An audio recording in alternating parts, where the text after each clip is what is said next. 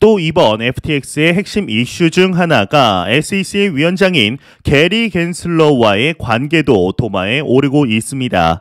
이 겐슬러가 FTX의 뒤를 봐주고 그러면서 다른 크립토 비즈니스들을 괴롭힌 것이 아니냐라는 이야기까지 나왔는데요. FTX의 사태가 참 점점 미궁으로 빠지는 모양새인데 이러한 가운데 시진핑이 우크라이나와 러시아의 이제 휴전을 지지하면서 평화회담을 촉구한다라는 소식이 나오게 되었습니다. 마치 예정된 수순을 밟는 양 순조롭게 진행이 되었는데 12월 FOMC에서 금리 인상이 제한적으로 일어나고 휴전까지 이루어진다면 시장은 오랜만에 훈풍이 불게 될 것으로 보입니다. 이제 물론 지금의 금리가 워낙에 높기 때문에 거기서 오는 불안감은 여전하지만 일단 몰아치던 것이 수그러들기만 해도 시장은 환호하겠죠. 구독과 좋아요, 알림 설정 부탁드립니다. 안녕하십니까. 암호화폐 정보를 전달해드리는 닥터 비트맨입니다. 네, 화요일도 슬슬 마무리되고 있습니다. 어떻게 오늘 하루 잘 보내고 계신가요? 이제 최근 암호화폐 시장의 모습을 보게 되면 뭔가 이 FTX 사태라는 엄청난 사건이 이루어지고 아무것도 해결되지 않았음에도 큰 영향이 없어 보이는 모습을 보이고 있습니다. 현재 글로벌 매크로 경제 상황들이 완충작용을 하고 있는 것이 보이는데 일단은 코인 마켓캡에서 메이저 탑10 코인들 먼저 한번 살펴보도록 하겠습니다. 네, 일단은 시가총액 1위의 비트코인의 경우는 전날 대비 1.03% 상승한 16,918달러대를 나타내고 있습니다. 이외에 이더리움은 0.99% 상승한 1,272달러를 나타내고 있으며 7위의 XRP는 9.36% 상승한 0.38달러, 8위의 도지코인은 0.88% 상승한 0.08달러대를 나타내고 있습니다. 비트코인의 더미넌스, 이더리움의 더미넌스 각각 살펴보게 되면 38.2%, 18.3%를 나타내고 있는데요. 그렇다면 과연 선물 투자자분들은 현재 포지션 어떻게 나누고 있는지 롱숏 비율 한번 확인해 보도록 하겠습니다. 네, 일단은 비트코인의 경우는 지금 숏 포지션이 53%로 소폭 더 우위를 점하고 있습니다. 이더리움의 경우는 거의 비슷하지만 롱 포지션이 우위를 점하고 있으며 XRP의 경우는 숏 포지션이 62%로 더욱 우위를 점하고 있네요. 네, 현재 FTX 사태로 지금 크립토 마켓에는 꽤 의미 있는 변화들이 감지되고 있습니다. 이제 다만 FTX가 점입 가경으로 가고 있다는 것이 이 혼란을 당분간 더 길어지게 할 것으로 보이는데 FTX의 자매 회사 이 알라메다 리서치의 경우는 현재 해외 도피를 하고 있는 것으로 알려졌죠. 이제 추가적으로 FTX 해킹 이슈도 있었는데 샘 뱅크먼 프리드가 CEO에서 내려오면서 크게 해먹으려는 것이 아니냐라는 의심 또한 생기고 있습니다. 이 FTX는 심지어 7,400만 달러의 부동산을 구입했다라는 소식까지 전해지며 투자자분들을 참 허탈하게 하였는데요. 그런가 하면 FTX가 시가총액 8,400만 달러밖에 되지 않은 세럼 토큰을 무려 22억 달러나 보유했다는 소식들이 전해지면서 한마디로 보유하지도 않은 수량을 마치 거래소가 보유하고 있는 것처럼 부풀려 팔아서 그 양이 시가총액을 넘었다라는 소식이 있었습니다.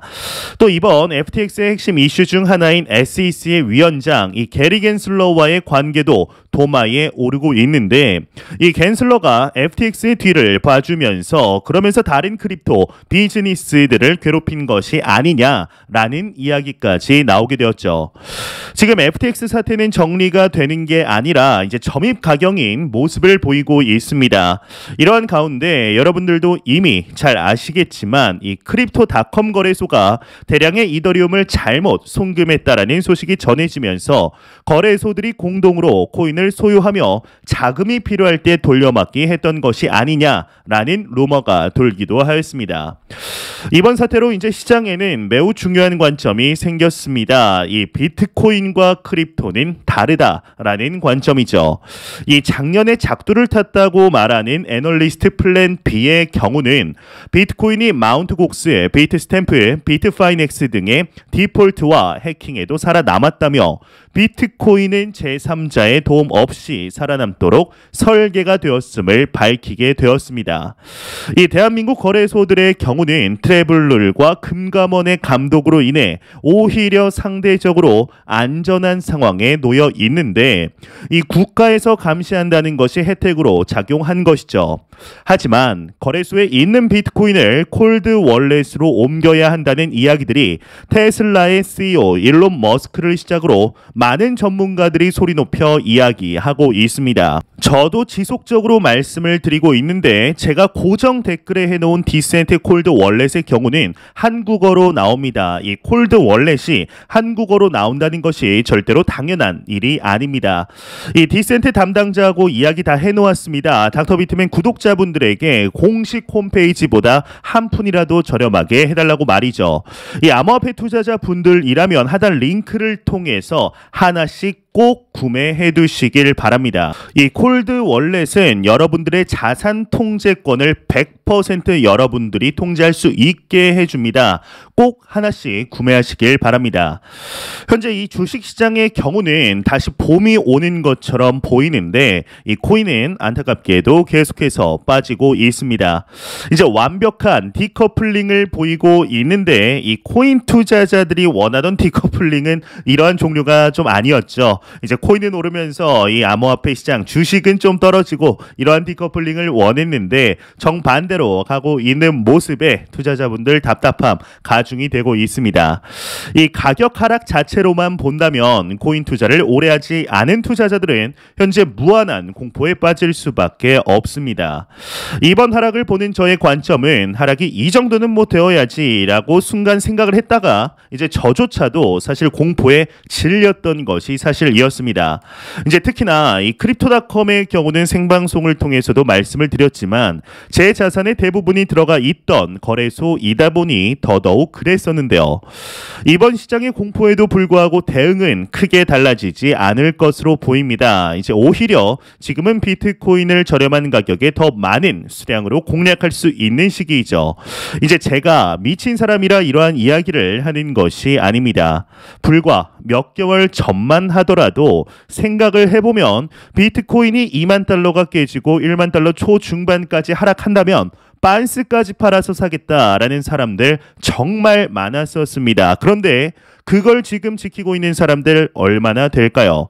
그래서 저의 경우는 계속해서 비트코인을 매수하고 있는데 원래 이렇게 빠지는 게 코인이죠. 지난 2018년, 2019년 차트를 보면은 추가적인 하락이 오리라는 것을 어렴풋이는 알 수는 있었는데 참 그럼에도 지금 마음이 아픈 건 어쩔 수가 없습니다. 또한 추가적으로 이제 얼마 전에 시진핑의 연임과 바이든의 11월 중간선거가 생각보다 선전하면서 오히려 바이든이 승리했다라는 이야기까지 나오게 됩니다. 글로벌적인 정치적 주요 이벤트가 마무리되면서 시장도 안정세를 찾았다라는 모양새인데 물론 증시와 달리 코인마켓은 요 며칠 사이에 완전히 박살났죠. 하지만 전반적인 상황은 나아지는 것이 아니냐라는 관측이 나오고 있습니다. 이 중국과 미국 모두 정치적 안정이 기반이 되면서 시장이 불확실성 해소로 받아들인 것이죠. 이러한 가운데 지금 시진핑이 우크라이나와 러시아의 휴전을 지지하며 평화회담을 촉구한다라는 소식이 나오게 되었습니다.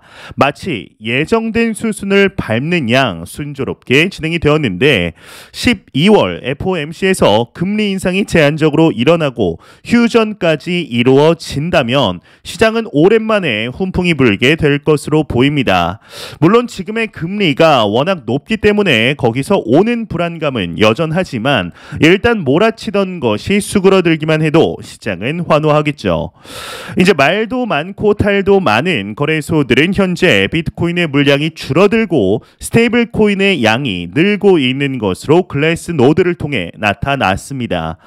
일단 비트코인이 거래소에서 줄어든다는 점은 주목할 만한데 이 현금화가 어느 정도 이루어질 물량은 이루어졌으며 거래소를 신뢰하지 못하는 비트코인 홀더들이 자신의 비트코인을 콜드 월렛으로 옮기는 것으로 해석이 됩니다. 또한 이제 주목할 만한 것이 이 거래소의 스테이블 코인 물량의 증가인데 비트코인의 가격이 장중 15,800달러까지 하락을 하였고 지금 가격이 추가 하락을 감안하더라도 매수하기에 좋은 가격이다라는 시장의 컨센서스가 만들어지고 있는 것이 아니냐라는 해석이 가능합니다. 이 스테이블 코인의 거래소 증가는 결국 대규모 매수세로 이어질 수가 있는데 11월 FTX 파산을 겪고 갑자기 목소리에서 잠긴 목소리가 났는데 이 11월 FTX 파산을 겪고 12월 상승 모멘텀으로 돌아설 수 있는 가능성을 본 것이라고 해석도 가능합니다. 이제 9년 전 해킹당한 마운트 곡스의 비트코인 물량이 시장에 풀리면서 비트코인 가격이 하락할 것이라는 이야기는 계속해서 나왔던 레퍼토리입니다. 그만큼 비트코인은 물량의 영향을 많이 받는데 반감기 이후 1년 정도 지나서 가격이 급등했던 것도 마찬가지입니다. FTX의 출금 동결 조치는 비트코인의 물량의 감소를 유발하였습니다. 단기적으로는 악재지만 중기적으로 본다면 가격 상승의 재료로 이용될 가능성이 큽니다. 물론 장기적으로 FTX의 비트코인 물량이 풀리면 그때 또 하락에 대한 두려움이 찾아올 수도 있습니다. 다만 이번 2022년처럼 이제 매크로와 맞물린다면 그 영향력이 희석될 가능성도 큰데 이번 FTX 사태 국면을 잘 넘기기만 한다면 중기적으로는 호재인 것이죠. 또 이번 FTX의 핵심 이슈 중 하나가 SEC 위원장인 게리 겐슬러와의 관계도 도마에 오르고 있습니다. 이 겐슬러가 FTX의 뒤를 봐주고 그러면서 다른 크립토 비즈니스들을 괴롭힌 것이 아니냐라는 이야기까지 나왔습니다.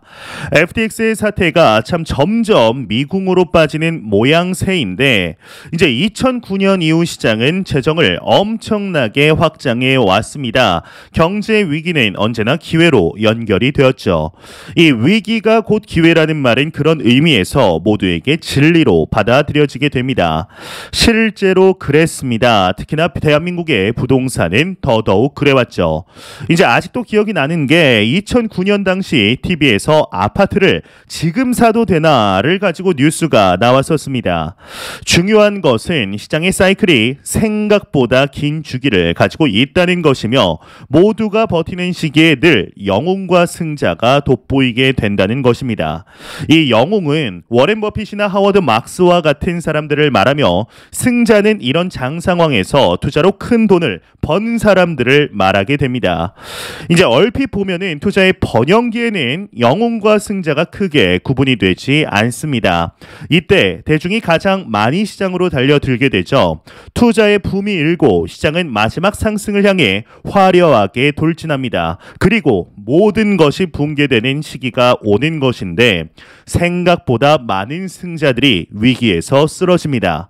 막대한 자본을 만들기 위해 마련했던 레버리지가 문제가 되는 경우도 있고 자신이 모든 것을 다 아는 것처럼 착각했기 때문에 위기를 제대로 대비하지 못한 탓도 있습니다. 반면에 영웅들은 위기가 올 것을 늘 대비하고 있죠. 시장을 사이클로 인식하고 기회가 올 때 확실하게 투자하며 기회가 없다고 생각할 때 시장에서 발을 뺍니다. 승자들의 비극은 성공 경험을 통해 자신이 시장을 제대로 꿰뚫어보는 신이라고 생각하는 데서 오게 되어 있습니다. 누구도 모든 것을 다 아는 사람은 없습니다. 가르치는 자리에 서면 결국에는 오버하게 되어 있고 교만으로 망하게 됩니다.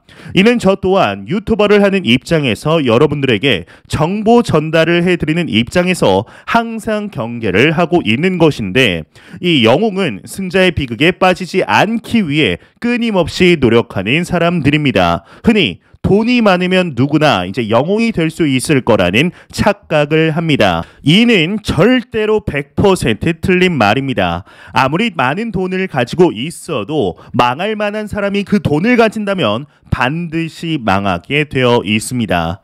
시장의 불확실성을 인정하고 자신이 모든 것을 다 아는 것이 아니라는 사실을 인정하는 것은 생각보다 어렵습니다. 이 말로는 인정한다고 하면서도 생각과 행동은 전혀 다른 곳을 향하는 경우가 대부분입니다. 이는 여러분들 주변에서도 쉽게 찾아볼 수 있을 텐데 주변에 꼭 한두 명씩 있을 것입니다.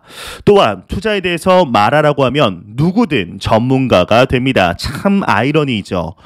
이게 내가 특정 사이클에서 투자로 돈을 벌었다면 그것이 내가 잘났기 때문이 아니라 사이클적으로 기회를 잘 탄 것이 아닌지 용기의 대가로 얻은 것은 아닌지 잘 생각을 해보아야 합니다.